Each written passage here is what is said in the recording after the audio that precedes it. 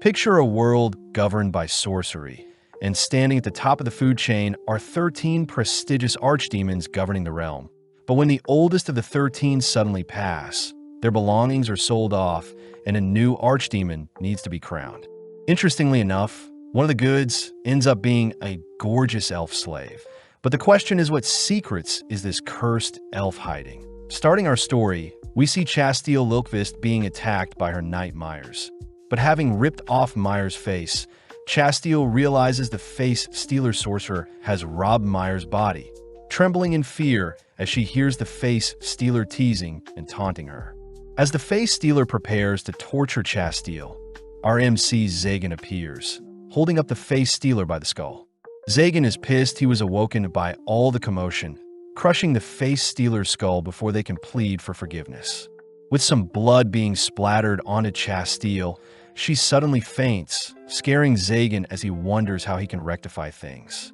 Coming up with an idea, Zagan casts a rewind spell, undoing all the mental scarring done to Chasteel along with the face stealer, hoping that the girl will think she was dreaming all along.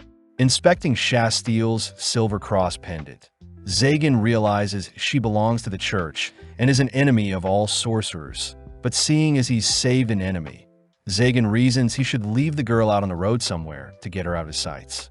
Preparing a translocation spell, Zagan suddenly notices his magic being interfered with, turning only to greet Barbados, who has entered his land just to taunt him.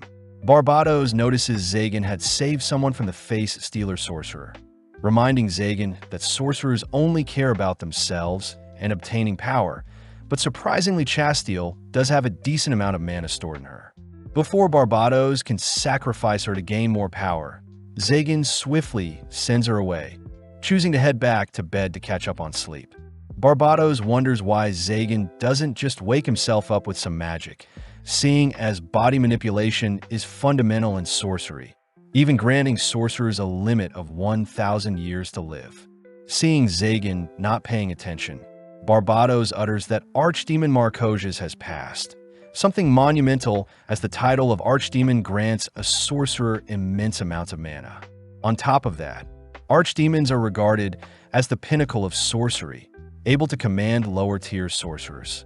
Of the 13 Archdemons, Marcosius had lived for a millennium, but due to his passing, Barbados mentions that there will be a huge auction in Keanoides, Marcosius' territory, and most importantly, the title of Archdemon will be on sale.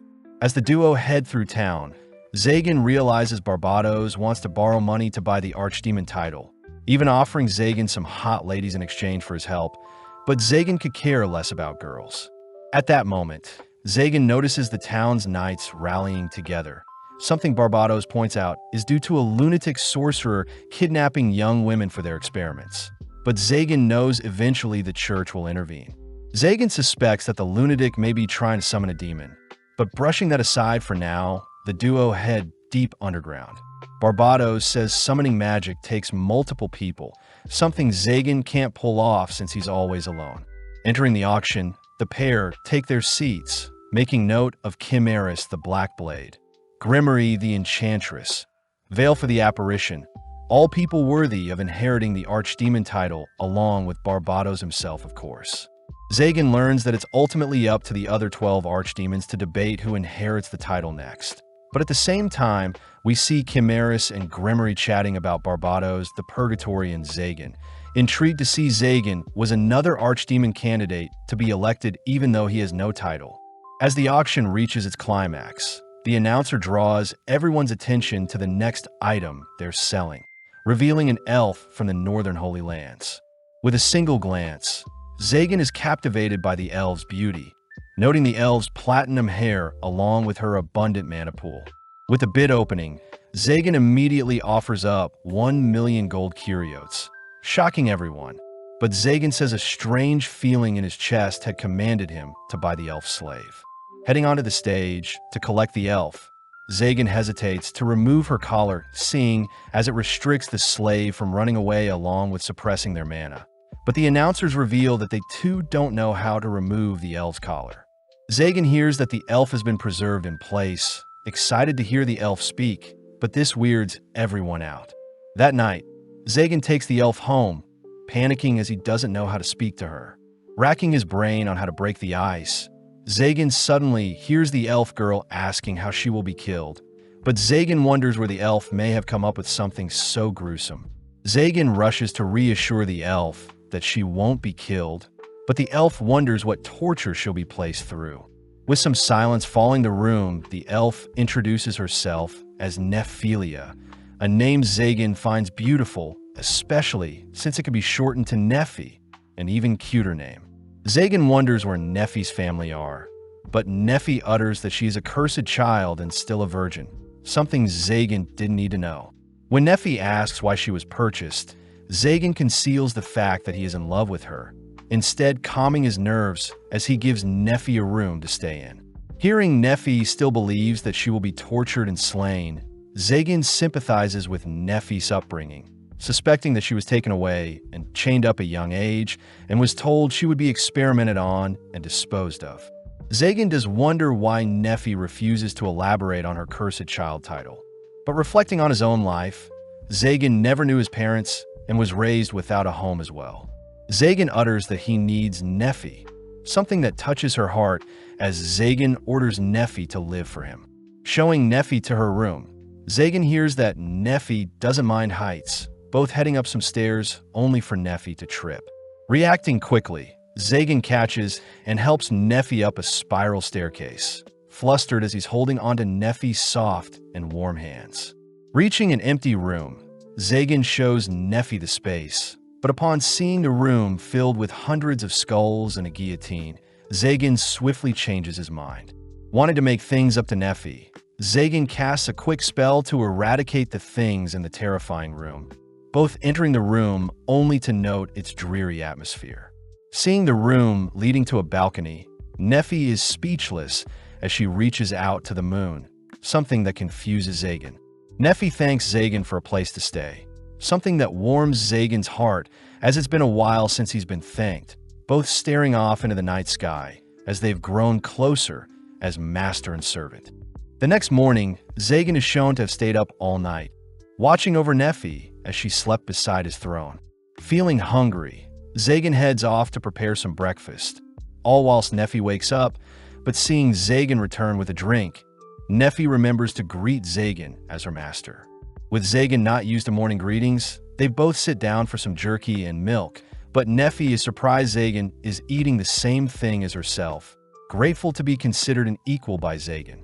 Zagan accidentally confuses Nephi's gratefulness for her judging the breakfast she's been served, revealing that he's eaten jerky for breakfast ever since he was young and homeless. But Nephi speaks up, offering to cook something for them. Ecstatic, Zagan and Nephi suit up, both choosing to head into town for some groceries. But needing a ride into town, Zagan is reminded that he used up all his money to purchase Nephi and can't pay the carriage driver 3 bronze pieces. Choosing to walk to town, Zagan wonders if he can sell items in his castle to earn more cash, wondering if he should have mugged the carriage driver, but holds back fearing the Nephi would judge him. As Zagan suppresses any naughty thoughts he has of Nephi, our duo suddenly turn to see the carriage driver along with its passengers being mugged by some bandits, but Zagan hesitates to intervene.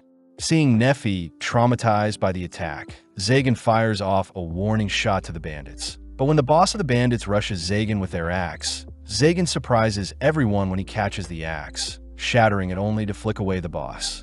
Seeing Zagan as a formidable opponent, the bandits call for their backup, all watching as a hired mage appears. The mage is impressed to see a fellow sorcerer helping others, but getting to work, the mage swiftly consumes the battlefield with a fire spell. Spotting the mage trying to sneakily cast another spell with a magic circle, Zagan counters by dispelling the fire first. But when the mage attempts to activate his magic circle, Zagan reveals that he has taken control of the magic circle, using it to fire a lightning bolt at the mage. Turning to the bandits, Zagan scares off the men, turning to reassure Nephi that everything is fine now. But Nephi is clearly speechless. Nephi is amazed at Zagan's skills, something that prompts the carriage driver along with its other passengers to ask Zagan to help protect them whilst they ride into town, offering up a bag of silver. Zagan is surprised at how well he's being treated, seeing as sorcerers are normally the bad guys, but seeing Nephi being treated so well, Zagan agrees to protect the carriage. As the duo ride on the back of the carriage, Nephi asks why Zagan would help others. But knowing he only wanted to show off to Nephi, Zagan instead utters that he had to dominate some bandit scum. Having made it to town, Zagan asks if Nephi wants anything, but seeing as Nephi is okay with using anything lying around in the castle, they set their sights on some groceries. Entering a clothing store, Manuela reluctantly greets Zagan, seeing as he's a sorcerer, but seeing as Nephi is in need of a fit, Manuela sparks up. Manuela does make note of Nephi's collar, but as Manuela drags Nephi off to get changed, she gleefully reveals a kinky outfit that makes Zagan blush. Zagan demands that Manuela give Nephi a more normal outfit, watching as the girls re-enter the changing room only to unveil a nicely suited maid outfit. Manuela says the boots have healing magic applied to them to help with exhaustion, but fearing that Manuela may give her another revealing dress, Nephi graciously accepts the maid outfit. As the duo leaves, Manuela pulls Nephi aside, whispering that Zagan really does care for her, but having visited a blacksmith, Zagan asks if Nephi's collar can be removed. Nephi is surprised at the sudden request, but Zagan reasons that the collar shows that Nephi is still Archdemon Marcosius's property, something that flusters Nephi. Taking a look at the collar, the blacksmith recognizes the collar to be ensorcelled, meaning it is trapped, and if not removed properly will take Nephi's head off. Seeing as the blacksmith isn't qualified, Zagan hears that he needs a key to unlock the collar, an item most likely still in Marcosius's manor. Thanking the blacksmith for the advice, Zagan goes to pay for the intel, but the blacksmith refuses the money, reminding Zagan that he had saved him in the past. The blacksmith utters that Zagan had protected him and his daughter from a monster once, but Zagan reasons that he must have saved the blacksmith by accident. With Zagan heading off, he is weirded out by how nice people are to him, all whilst the blacksmith thinks about how warm and approachable Zagan seems lately. Spending the rest of the day shopping for groceries, but seeing as the sun is setting, Zagan treats Nephi to some homely tavern food. Nephi reminds Zagan that she can simply run away if her collar were to be removed, but even though Zagan knows it's a possibility, he still wants to rid Nephi of the collar. Seeing Nephi staring at her food, Zagan asks what's on her mind, hearing that Nephi has never been given such luxurious food before, seeing as she was a slave from a very young age. Zagan suspects that Nephi and himself are the same, having both been born with nothing, but as Nephi reaches for a tomato with her fork, she embarrassingly fails to pick it up. Using a spoon instead, Nephi indulges in the tomato's taste, which brings a smile to Zagan's face. Funnily enough, Zagan fails to pick up a tomato with his fork as well, prompting Nephi to personally feed Zagan a tomato, both quivering quietly.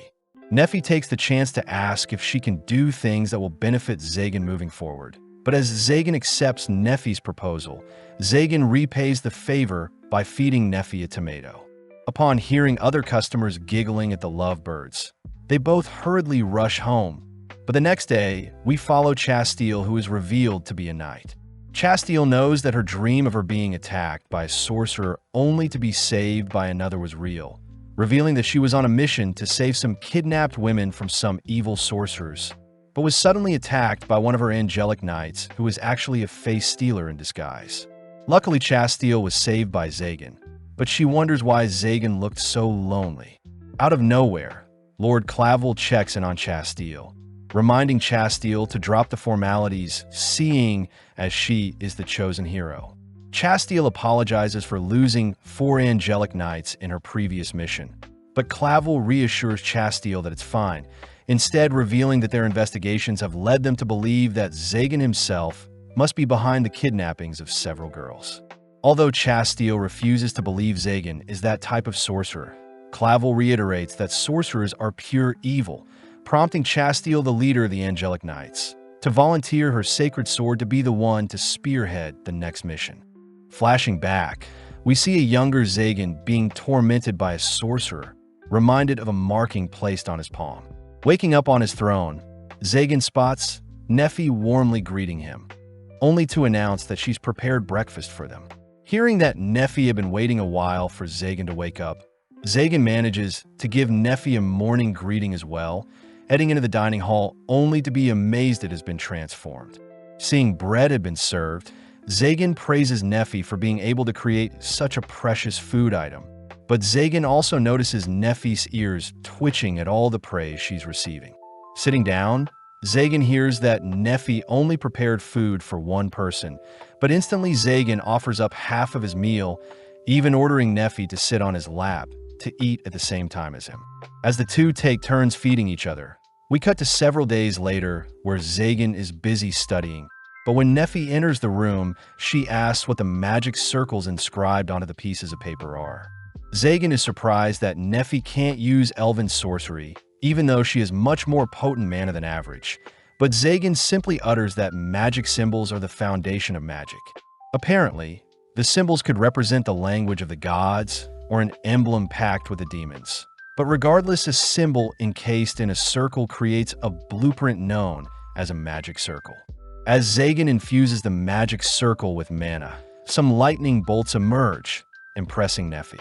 Zagan adds that more symbols can be added and the overall shape and size of the magic circle can be altered to produce different effects, showing off an even greater lightning spell. Zagan points out that magic circles alone can be used by anyone, explaining how he was able to take over another mage's magic circle. But by adding a restriction to only allow the original creator of the magic circle to use it, sorcerers create a new magic circle called Circuit. Nephi wonders if the center of a magic circle could be packed with symbols, impressing Zagan as he reveals that adding a second circle into the center of an existing spell would normally disrupt both spells. But if a sorcerer can fully control their mana flow, such a thing would be possible. Nephi realizes that someone who could add their spell to an existing spell could technically cancel out any spell. Someone Zagan confirms would be completely invincible, but Zagan states that such a thing is purely theoretical. Nephi wonders if anyone can learn sorcery if they have the knowledge, learning that knowledge is king among sorcerers and is an item normally protected. Zagan chooses to tease Nephi a bit for being so curious, but Nephi gets excited seeing as Zagan is so willing to share such valuable information. But Nephi does wonder what Zagan plans to do with such knowledge and power. Zagan admits he never really thought about it, since he only wants to survive, revealing that he grew up with nothing and had to steal to survive. But one day, he was captured by a sorcerer. Luckily for Zagan, he managed to slay the sorcerer that captured him, and ever since grew stronger to fend for his own. A tragic tale that Nephi empathizes with, seeing as she could never fend for herself. Seeing Nephi so vulnerable, Zagan offers to teach Nephi more on sorcery, but suddenly Zagan detects intruders on his property. Seeing as he'll have to deal with the intruders, Zagan warmly asks Nephi to start preparing dinner for the both of them. But as we cut to Chastille and her 3 knights, they all report that a barrier is protecting Zagan's property. Unsheathing her sacred blade, Chastille easily cuts down the spell protecting Zagan's castle. But right on cue, Zagan appears annoyed that people are visiting without his knowledge. Spotting Chastille's blade, Zagan recognizes it as one of 12 sacred blades that slain the Lord of Fiends, weapons that are idolized by the church. Zagan does wonder why a young girl is wielding such a powerful weapon, suddenly remembering that she was the girl he had rescued prior. Wanting the knights to leave, Zagan fires off a warning shot, but instantly the knights form a barrier to protect Chastille. Zagan is impressed by the knights' reinforced armor, but seeing one of the knights rushing him with an axe and shield, Zagan rails the knight with a devastating fist, easily knocking out the attacker. Although Zagan gives the knights another chance to leave, a sword-wielding knight chooses to attack, but Zagan easily severs the knight's blade only to knock them out with a flick. Before Chastille can attack herself, Zagan holds one of the knights hostage, convincing Chastille to lay down her blade. Zagan reminds Chastille that he'll allow her to turn tail and run home alone, but calling Zagan's bluff, Chastille picks up her blade only to rush towards Zagan. Swiftly erecting a barrier, Zagan has his shield shattered in an instant by the sacred sword, noting how Chastille's armor is empowering her strikes. As Zagan continues to dodge Chastille's strikes, Chastille demands to know why Zagan isn't fighting back. But Zagan notes how close in age Neffy is to Chasteel, refusing to hurt such a young girl. Chasteel cries that sorcery is used to oppress others, but Zagan fires back by stating that Chasteel's armor and sword could easily be used for the same evil acts, triggering Chasteel as she slashes at Zagan, but Zagan evades only to pin down Chasteel's blade. Zagan calls out Chasteel for being a hypocrite, but even though Chasteel doesn't deny it, she forcibly pulls her blade out from Zagan's feet, only to thrust it through Zagan's barrier. Luckily, Zagan had caught the blade with his palms, but unleashing the true power of her blade, Chasteel manages to toss Zagan around, even restricting his healing with her blade. As Chasteel rushes in for the killing blow, Zagan quickly catches the blade, declaring that Chasteel must die, but surprisingly Chasteel offers to fake Zagan's death if Zagan is willing to return to being a normal human after. Zagan is surprised that an angelic knight is helping a sorcerer, but Chasteel could tell that Zagan never intended to slay her knights, plus she still needs to pay Zagan back for saving her life. Zagan knows that Chasteel will be heavily punished if the church found out about her helping a sorcerer, but before Zagan can think of something else, Neffy cries out for Zagan. Seeing as Neffy is with Zagan, one of Chasteel's knights tosses a spear at Neffy, but with no other choice, Zagan rushes to tackle Neffy out of the way, using his palm to absorb the strike. With Zagan reassuring Neffy that he's fine, a sudden cold breeze can be felt in the surrounding air, revealed to be Neffy, who unveils her powers, pissed that her master has been hurt. In mere moments, Neffy orders for hundreds of roots to bind and constrict the knights, but luckily Zagan stops her before things get out of hand. That night, Neffy patches up Zagan's wounds, relieved that Chasteel and her knights had retreated for now. When Zagan asks about the power Neffy used, Neffy states that it's not magic, refusing to elaborate further. Zagan asks if Neffy was scared, surprising Neffy as she hears Zagan isn't scared of her true powers, choosing to reveal that she is capable of mysticism.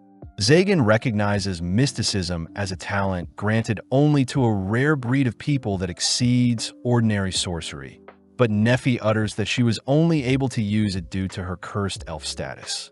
Neffy cries that elves with white hair shouldn't exist, nor should her powers be used, uttering that when her village was attacked, her village demanded that she protect them with her powers, but having been shunned by her village for so long, Neffy allowed herself to be captured, all whilst her village was left to fend for herself. Neffy admits that she had purposely let the people who bullied her die, but having regretted the action, Neffy had accepted the role of slave as punishment for the rest of her life. Seeing Neffy breaking down, Zagan states he would have slain the village along with the attackers himself, surprising Neffy as she still feels guilty. Zagan reminds Neffy that her cursed past is long behind her, plus her mysticism is a blessing that gives her immense strength. Zagan reminisces on a past memory when he had saved a girl, but when Zagan had asked the girl to grow stronger to fend for herself, the girl replied that she wants to remain weak and be protected. Zagan knew the girl was spoiled from birth and doesn't blame such a girl to be relying on others, but for people like Zagan and Neffy that need to grow stronger to survive, they must learn to fend for themselves. Zagan reminds Neffy that she belongs to him, and hence he'll accept her for who she is, something that hits home with Neffy as she begins breaking down into tears. Having calmed down a bit, Neffy thanks Zagan for being so understanding, but when Zagan checks on his wounds, he's surprised to see they've all been healed. Zagan realizes that simply touching Neffy was enough to heal him, but as the two head off to bed, Zagan awakes in the middle of the night, hearing that Neffy wants to sleep together with him. Embarrassed, Zagan suppressed his naughty thoughts, finding it adorable that Neffy is worried he won't get good sleep whilst resting in his throne. Sadly, Zagan states that he can't leave the room, seeing as it's the central point of his castle, but Neffy instead offers Zagan a lap pillow. Immediately accepting the offer, Zagan hears Neffy is simply repaying Zagan for his kind words earlier, reminding Zagan to offer to teach Neffy more sorcery, seeing as she still struggles to control her mysticism. Hearing that she can protect her master if she learns to control her mysticism, Neffy immediately accepts, something Zagan finds adorable, but Neffy does feel bad seeing how sad Zagan looked when he told his story earlier. As Neffy gives Zagan a warm hug, Zagan tears up for a moment. But as we cut to the next day, we see Barbados rushing to check on Zagan, having heard he was attacked by the Angelic Knights. Barbados is impressed Zagan survived when the knight was wielding a sacred sword. But having been served some tea by Neffy, Barbados demands to know why she hasn't been sacrificed yet, accusing Zagan of doing unspeakable things to her. Sadly, Zagan corrects Barbados, stating that Neffy is his apprentice, something that convinces Barbados to back off. Barbados asks if Zagan is after the Archdemon's seat, something Zagan knows would be useful to help protect and free Neffy. But seeing as it's only been a decade since he became a sorcerer, Zagan is willing to relinquish the seat to a more qualified sorcerer. Barbados wonders if Zagan has grown soft because of Neffy, but hearing Zagan continue to call her his apprentice, Barbados chooses to leave. Neffy wonders if Zagan considers Barbados a good friend, but changing the topics, the duo head to repair the castle's barrier, only to start on Neffy's sorcery classes. As days pass by, Neffy continues to tidy up the castle, warming Zagan's heart as he appreciates having company for once. But sadly, Neffy's control over her mysticism still isn't so great. With several weeks passing, Zagan is impressed Neffy had managed to craft a decent magic circle, wondering how powerful Neffy would be if her mana was unsealed. But as a month passes by, Zagan suddenly receives a summon from the 12 Archdemons. Leaving for Chianides, the trading hub, Zagan heads underground to Markosia's lair, noting the disturbing atmosphere as he stands before the 12 Archdemons. As the Archdemons speak, their pressure begins overwhelming Zagan, but the Archdemons slowly utter that Zagan is by far the youngest sorcerer they've encountered in a while. But seeing the Archdemons talking amongst themselves, Zagan arrogantly asks to leave. Impressed, the Archdemons reveal that Zagan has been elected to inherit the 13th seat, showing off the Archdemon brand that Markosia's left behind. The Archdemons state that the emblem will grant Zagan immense power. Power Zagan can sense is on par with the 12 Archdemons. But Zagan demands to know why he was selected out of everyone. The Archdemons state that the first sorcerer Zagan slain, Andrus the Accursed, was no pushover, yet Zagan managed to defeat the man at only 8 years old. The Archdemons reveal that they know of Zagan's ability to perceive and copy any spell with a single glance, something Zagan wished he kept more secretive, but the Archdemons have recognized such a skill worthy of the Archdemon title. The Archdemons believe that Zagan will become the strongest sorcerer to live, but Zagan wonders why he can't just slay and rob the Archdemons standing before him of their powers as well. As the room erupts in a laughter, a white-hooded Archdemon warns Zagan to be more careful with his threats, reminded that they are able to rid Zagan of Neffy, plus they could strip Zagan of his memories and existence entirely. Overcome with despair, Zagan snaps himself out of his slump, reminding himself that the path of a sorcerer was decided from the very beginning. Seeing as he can't drag Neffy into his dark future, Zagan requests something of the Archdemons. But when the Archdemons gladly comply, Zagan graciously accepts the 13th seat amongst the Archdemons. That night, Neffy prepares some stew only to notice Zagan returning home, gleefully calling out to him. Boldly, Zagan shows off his new status as an Archdemon, something Neffy congratulates Zagan for achieving. Zagan also takes out the key to Neffy's collar, choosing to unlock her collar. But before Neffy can say anything else, Zagan orders Neffy to leave his sights. In mere moments, Neffy awakens in a random alleyway, reminded that Zagan had set her free, but she feels lost seeing as Zagan has abandoned her even though he had promised she could stay with him forever, plus she wanted to see his reaction to his favorite stew.